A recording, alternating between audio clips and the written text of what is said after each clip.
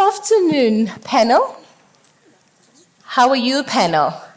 Before we start, I'd like to then allow Freddie to have an opening remark. And Freddie, you may move into the mic, or you may use the mic there for your opening speech. Thank you, Program Director. Allow me to say all protocols observed. Together, we are better.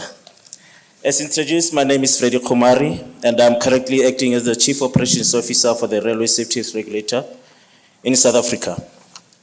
My task this afternoon is simple, is to lay a foundation, provide context for a panel discussion on the role of harmonization in promoting safety for SADC railway operations. A principle of business competitiveness is that maximization of productivity and competitiveness depends on the minimization of losses. What this means for us in this room, ladies and gentlemen, is that firstly, for railways to profitably traverse from Cape to Cairo, the losses need to be minimized. For this modal shift to happen, we've been talking about this modal shift to happen from road to rail, we need to minimize losses. Ladies and gentlemen, you will recall that a closing remark from the ministerial panel conversation from yesterday was a plea for a SARA intervention. Additionally, it was TFR that highlighted these challenges that included reliability, consistency or lack of reliability, consistency, and standardization of equipment. Hopefully my talk will touch on these two issues. Now, the SADC Protocol on Trade was established under SADC Treaty in 1996, and this was to provide for the elimination of tariffs and non-tariff barriers to trade. One of the objectives of the Protocol on Trade under technical barriers to trade, the TBT, is to ensure or to establish a common technical regulation framework. And this will be central to my speech, this common technical regulation framework. That's very important to ensure interoperability of railways in SADC. The TBT Annex thus places an obligation on member states to pursue harmonization of standards, and this is done through the SADC Cooperation in Standardization, and this we know as the SADC STEM. The South African Railway Regulator is also a member of SARA and supports the harmonization of railway safety across the SADC region. To date, through the SARA Secretariat, a suite of railway safety management and technical standards have been harmonized and adopted by SADC. This happened during 2017-18. These standards provide minimum technical requirements for safe railway operations and interoperability. Interoperability is crucial and central to our SADC operations. They are prepared by the SADC stand, as mentioned earlier, the Technical Committee on Automobile and Transportation, in collaboration with SARA, following the SADC stand harmonization procedures, which are also in line with international procedures and practices. And then looking at the uniqueness of railway transportation in the SADC region, where the realization of business objectives depends on the commitment and safe interoperability of others. Implementation of this adopted framework, it is adopted, ladies and gentlemen. This is the implementation thereof is highly crucial for safe interoperability and mitigation of challenges facing the railway operations in the SADC area. Now, let's talk about this standards development. The standards development work is a continuous process, right? It includes the identification of new areas of standardization, the risk areas. And sometimes we adopt standards, we have to adapt standards, and then we sometimes do review the existing framework of standards.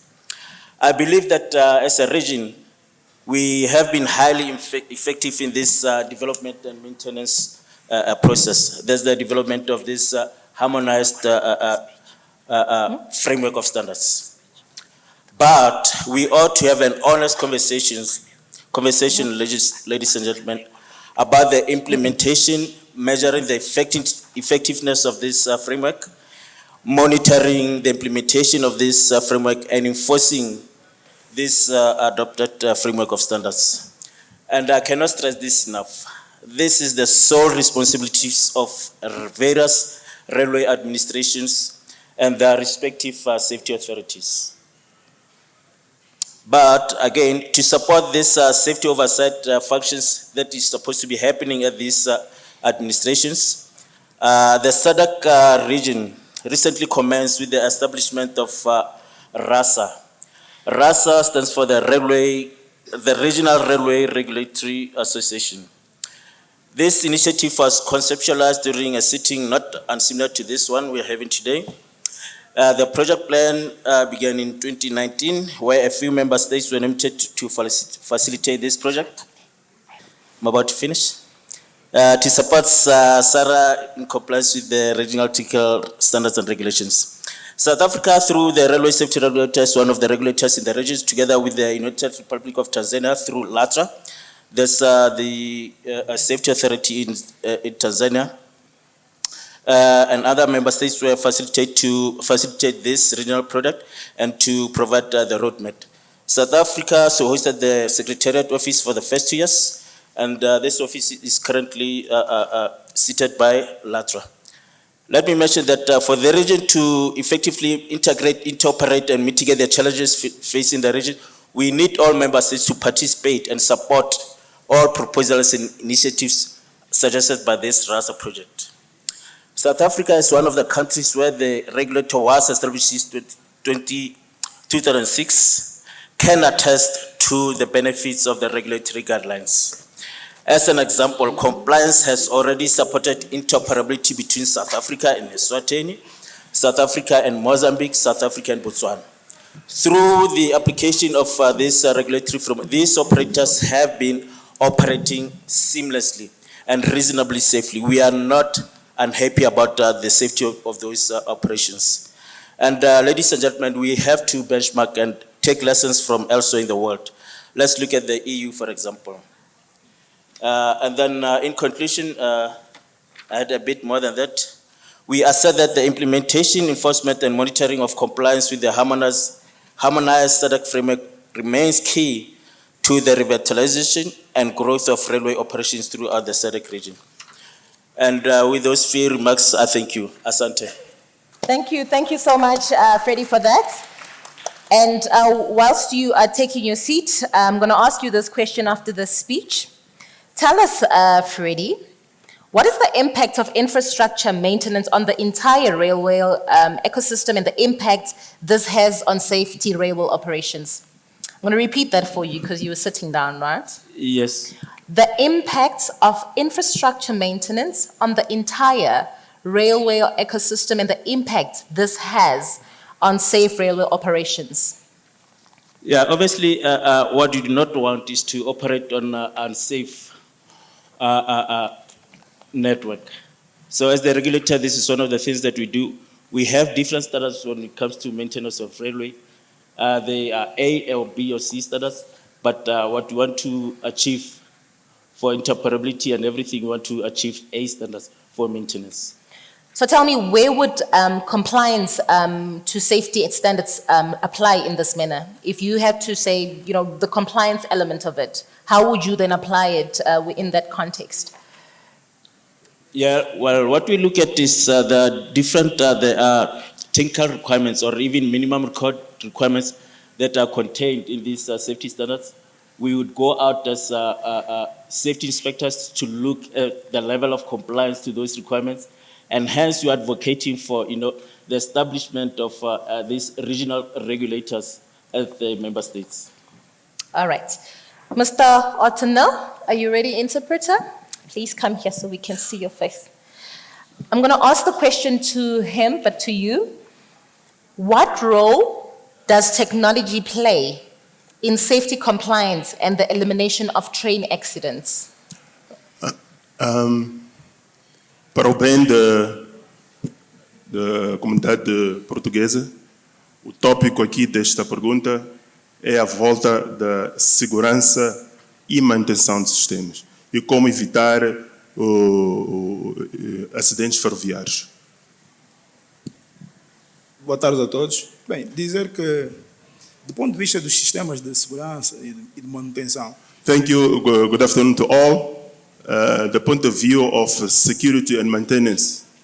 é necessário que os operadores ferroviários There's a need that all the railway operators, tracem estratégias e planos it's imperative that they have to carry out strategies and plans alinhados com os standards ferroviários da região, which they aligned with the standards required on the railways, que foram aprovados em 2010. which they were approved in 2010.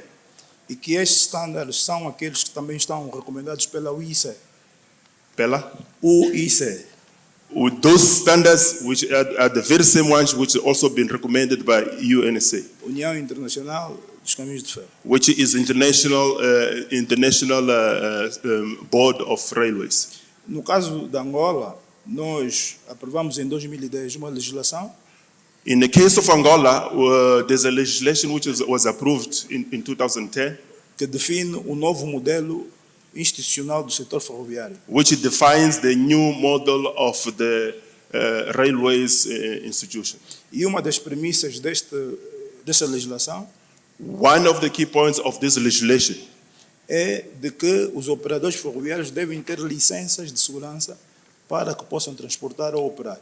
One of the key points, the demands of this legislation is that all the operators, they must be licensed in order to operate. E tendo em conta este aspecto, nós temos conseguido minimizar os acidentes ferroviários em Angola.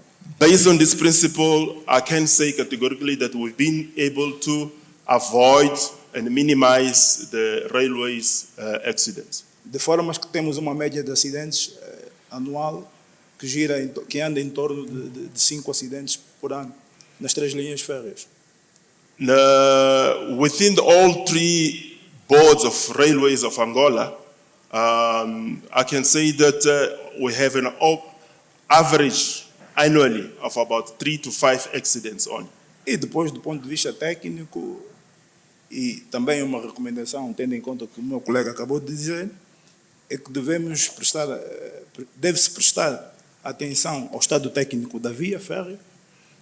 Taking into consideration the technical aspect, I back off my colleague what he just said, that it's a very imperative that we have all the safe standards in place. E do material circulante. Also, including also even the operating tools. E para isso é necessário que os operadores ferroviários tenham sistemas de gestão de segurança. So that's imperative that all the operators, they must be aligned within all the safe standards. Por enquanto ficarei por aqui, aguardando por outras questões em função do desenvolvimento das respostas dos meus colegas do painel. For now, I'll end up for here, and I may come in again in base whatever my panel colleagues, they may arise. Thank you kindly, Mr. Manuel. Mandisa, I'm going to come to you. Tell me, what are the best practices in terms of incident investigation for root cause analysis? I'm talking within the South African context, but you can expand this to other SADC regions. Mandisa? Thank you very much for the question, and good afternoon to the delegates. Best practices in terms of incident investigations. Yes. To start with, I think it is a fact that we are challenged as railways generally in terms of, identifying the true root causes to the incidents, such that we can then, as a collective, maximize learning from them and make sure that indeed we prevent recurrences. If you look at the stats of railways in terms of accidents, broadly, you would know that every railway will talk about a derailment, will talk about a collision, will talk about signals past a danger. That has become part of the vocabulary that we speak. But ideally, those are incidents and they shouldn't be happening. So your point, therefore, your question is on point in that really we need best practice in this space. Now, where we stand as, Transnet, our philosophy when it comes to accident investigations, we've been maturing over time. We have moved from a point where, incidents occur, they're investigated by teams whose sole responsibility is to protect themselves and say it is not my division involved, to a point where we now understand how important it is to learn from each incident that occurs so that we minimize chances of seeing that again. Secondly, understanding the business impact that these incidents have, as we are trying to service, the markets. It then says, indeed, when an incident occurs, pay attention, try to do your best. If it means you do a bit of research, do some lab analysis in order to enrich your analysis and get to the real issues, do so. So as Transnet right now, we're at a point where we have identified this as an area for improvement. We have gone into a partnership with the University of Pretoria to then train, our safety critical grades on rail occurrence and incident prevention. And part of that is to embed the philosophy that says for any incident to occur, it touches on a number of factors so that we don't zoom just on one when all three need attention given the interdependence in the railways between your infrastructure, your rolling stock and people. So we have learned from the likes of Deutsche Bahn, who have made it very clear, and we continue to improve and try to embed the practices that they've left us with, to say at all times, you've got to really look at the contribution of your infrastructure weaknesses, as well as your rolling stock weaknesses, and the weaknesses from the people side. Because if you were to have a weakness just on one of those aspects, chances are the incident would not happen.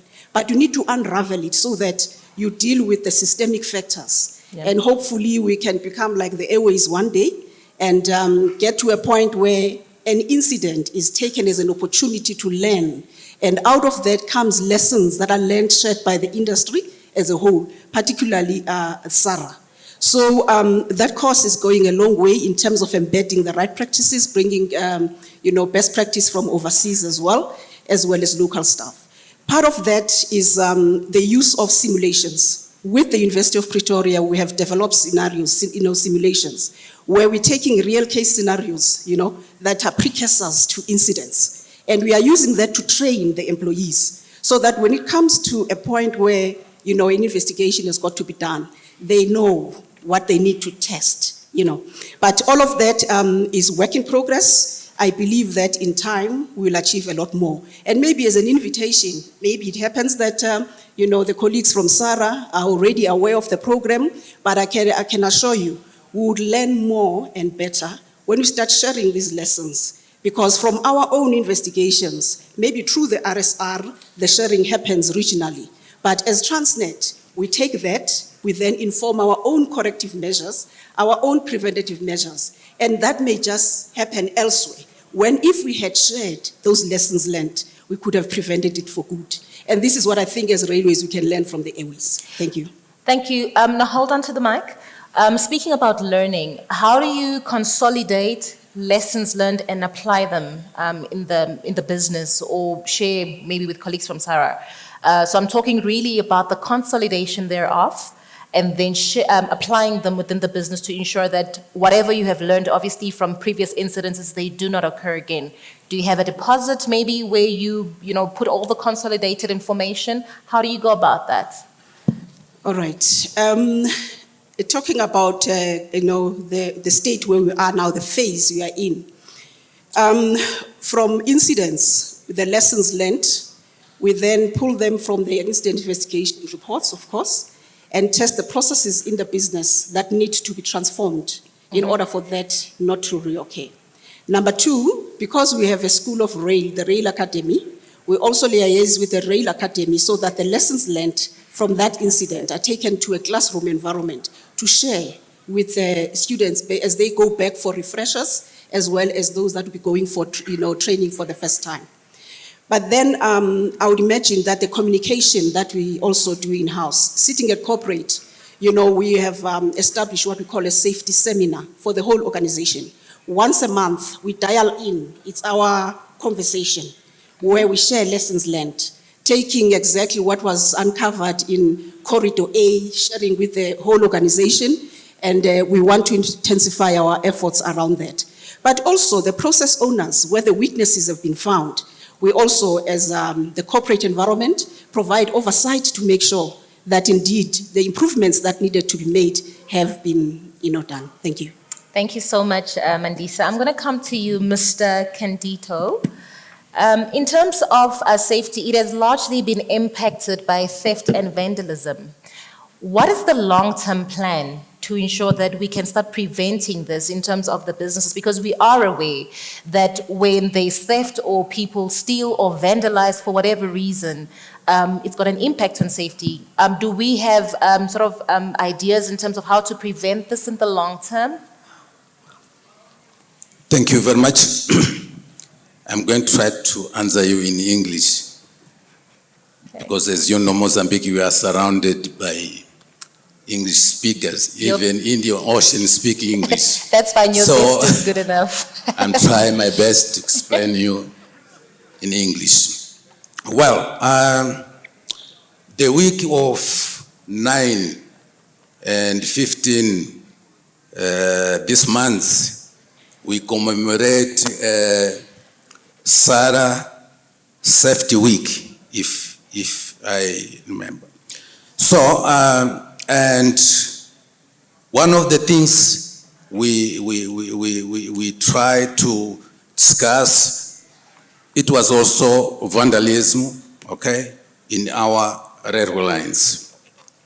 So the week of 9 and up to 15, it was first time in CFM, so that we involve all the entire railway network. We dispatch our colleagues from headquarters to center and working with all relevant people which use our railways, starting from the schools, along the lines, talk to them, tell them the importance of defending the infrastructure.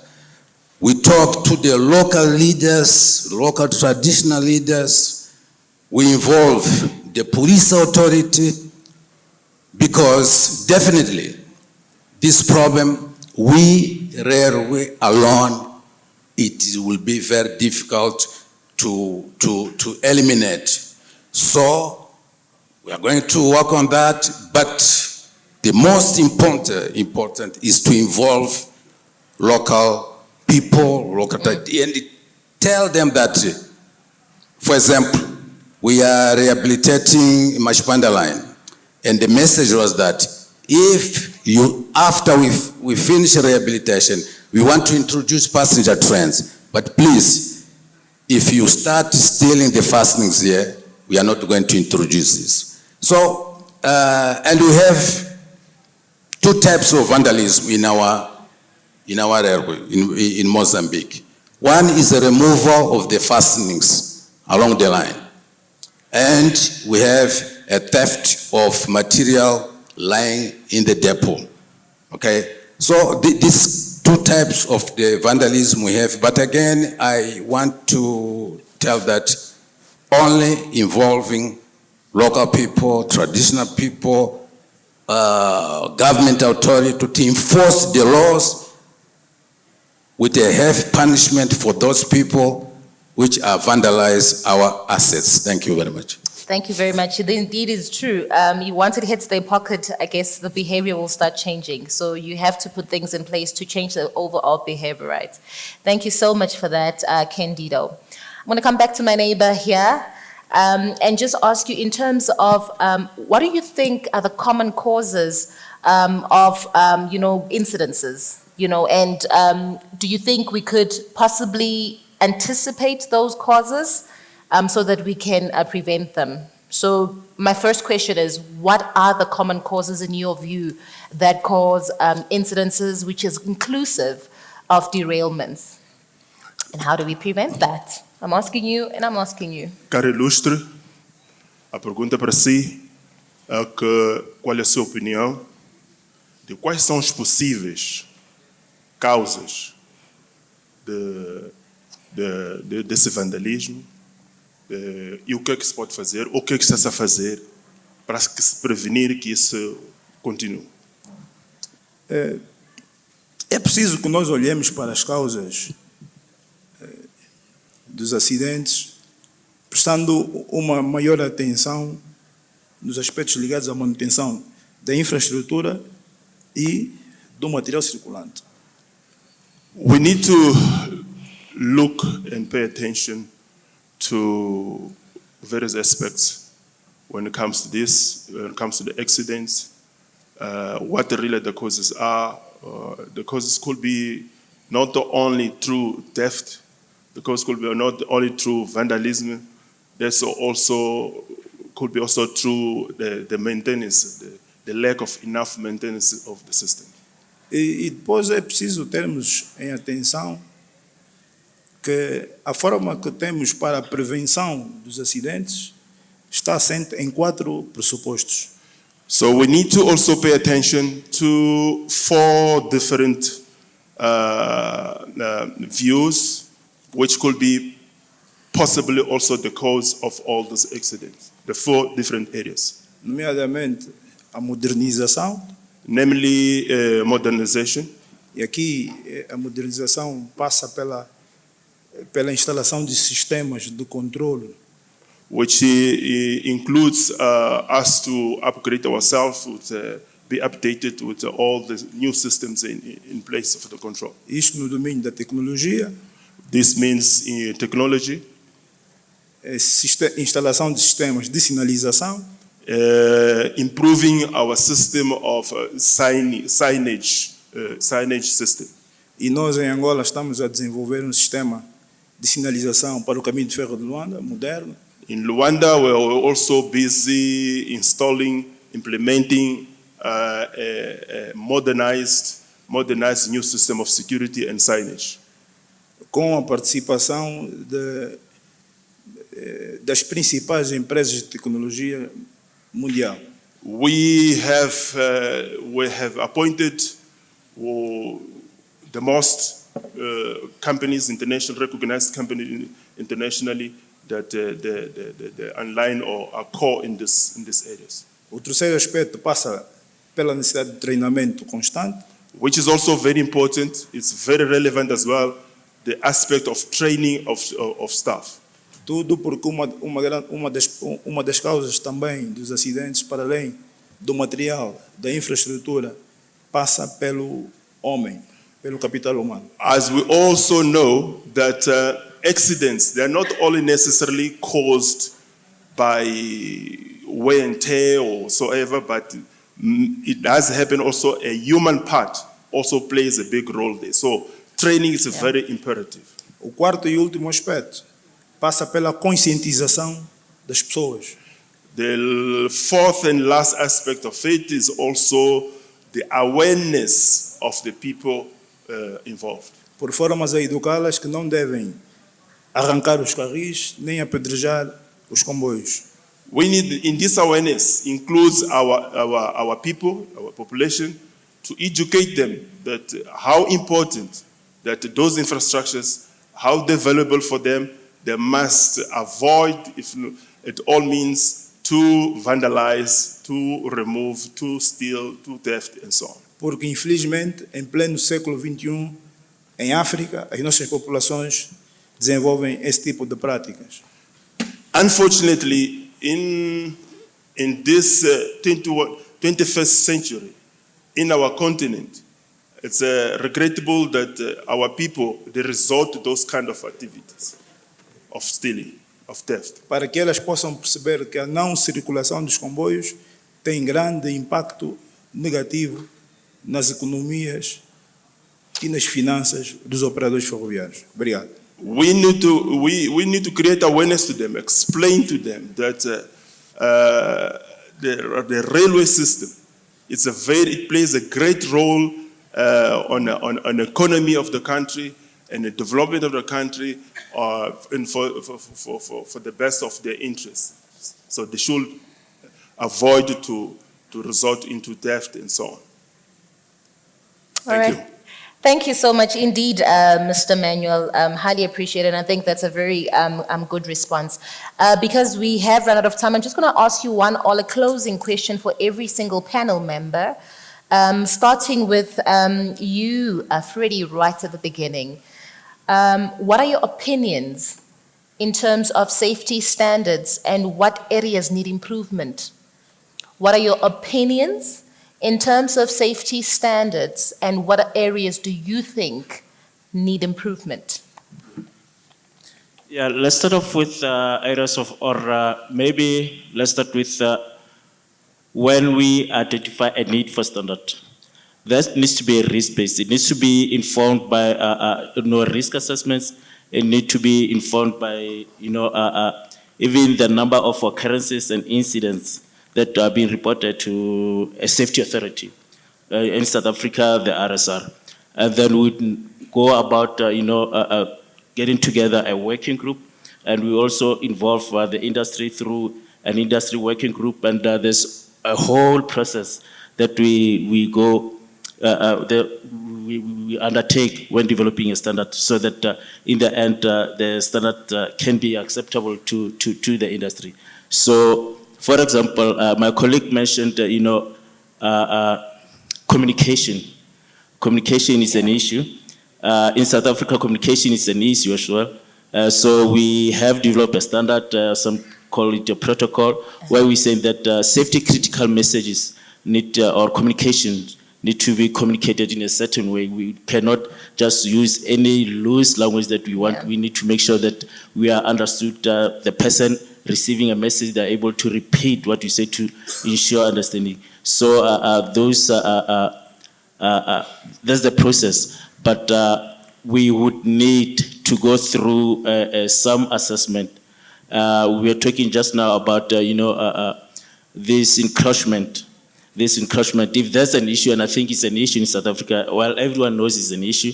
What we did then, we went about, we then elevated that piece of legislation into a regulation. So at the moment, we have a regulation that addresses fencing in terms of what we need to do as the regulator, as operators, as everyone, all the stakeholders, involvement of the police and everyone. We need to ensure that our communities that are living alongside the railway lines are also involved. They need to take ownership of these assets and make sure that they are protected, because these criminals live along these, live with this, or they live within these communities. So those are the kind of things we're considering what standard to develop, and then the process of developing standards. And I think that was the first part to your question. No, that's fine. You've covered it, Freddie. Come again? No, you've covered sufficiently. Okay. I was just looking at Mandisa smiling, saying you probably took her answers that she was going to respond. But I'm going to ask Mandisa, what do you want to add on to your opinion about the safety standards and also areas of improvement? So what do you think needs to be improved from a safety standards from where we are sitting? I think, when I look at the safety standards that are in front of us, I'm very supportive of those, because indeed they are geared to improve the safety of railways. Yeah. However, there are other pieces of legislations and other standards that have an impact, on the safe operation of railways. And more often than not, we just need to make sure that we don't leave that behind. Typical example, when we talk about encroachments, the railway line would be there first. The communities come while the railway line is there, all right? Then you would then have a requirement that then says, as a railway line, you need to sort out this problem, because now that the community is here, they're crisscrossing the railway line. So you have tramplings, they have illegal level crossings, and so on and so forth. Now, as a rail operator, this is where I look at other spheres of government, as in like your, national departments that deal with human settlements, to plan better, so that I don't have to find a way to solve a crisis that has been created, up front. So we need to just join the dots now to say, what other standards and pieces of legislation and regulations impact on railway safety? And just make sure that that part as well, brings, an A game to the party. And I tell you, we would be okay. We'll see better and safer railways. Thank you. Thank you so much, Mandisa.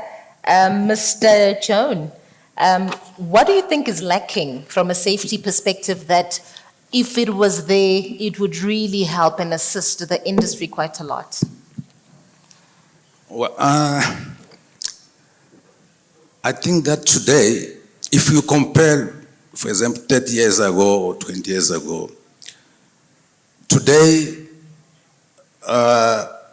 we have plenty technology resources to implement in our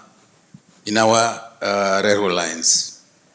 I don't want to promote Jamaica or whatever, but there are technology which help us to enforce the safety in the railway lines. Yeah. Okay, I mean, implementing or application of those technology will reduce a lot of accidents in our railway line. Yeah. I think so. It's only one thing we need to use this technology. Today, the permanent way inspector is not more go to measure the gauge or the curve. I use the technology. Yeah. Today in our workshop, every readings of the wheels, whatever, is technology. Along the lines, if we implement technology, for last 12 years, I work in operation. Last 12 years, never someone phoned me, oh, Mr. John, there's a near collision somewhere. No, because we implement the system in the lines to prevent and to enforce the safety in railway operation. Thank you very much. I'm not promote you Promoting. guys. Thank you. Yes, no promotions are done on stage, colleagues. Thank you, Mr. Joan. I'm going to come to you. Any closing remarks as it relates to safety before we take one question from the floor?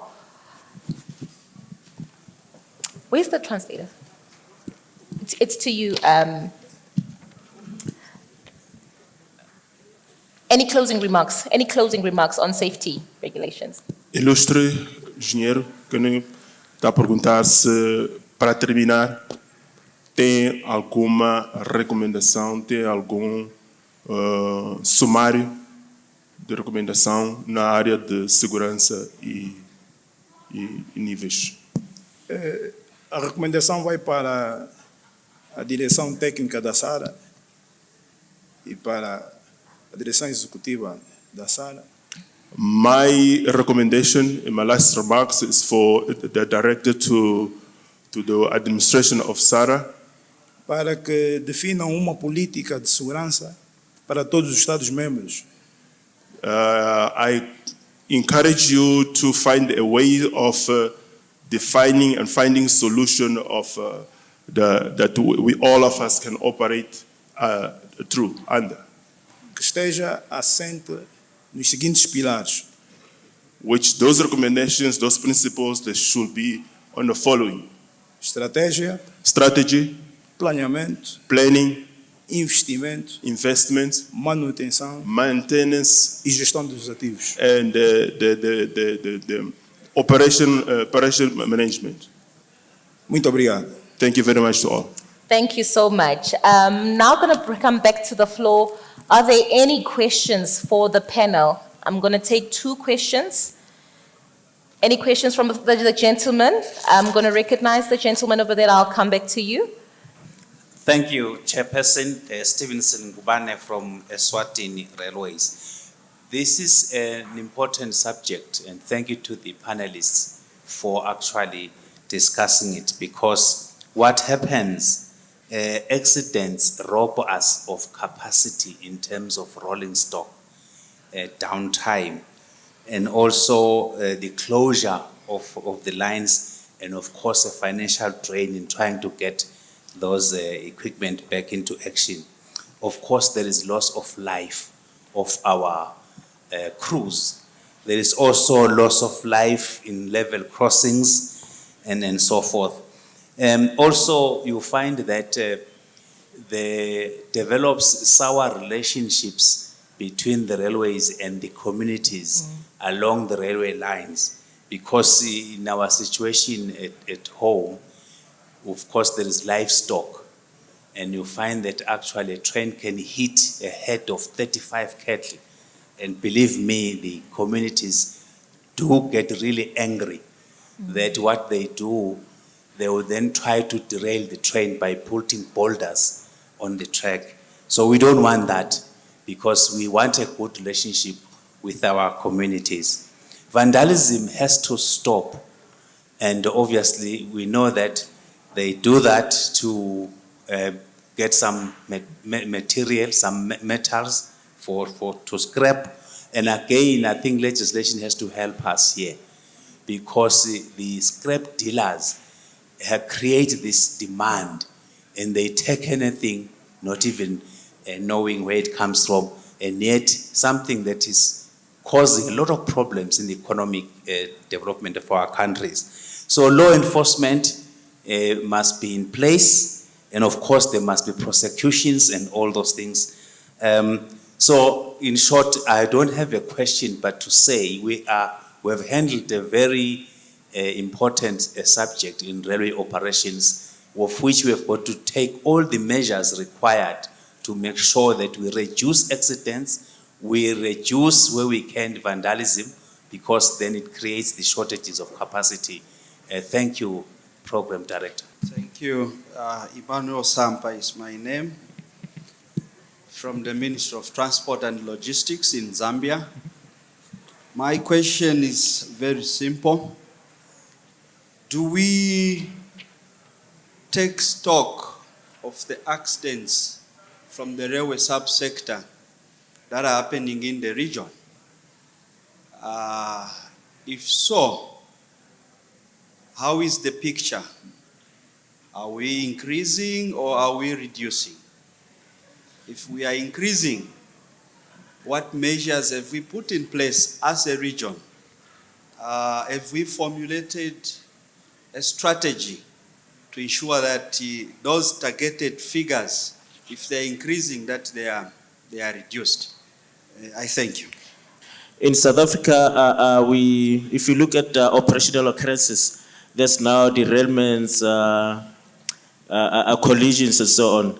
And I'm delighted to hear that we never had a near miss in 12 years, but that's extraordinary. In South Africa, what we see in terms of this operational occurrences is that we have sort of plateaued over the last 10 years or so.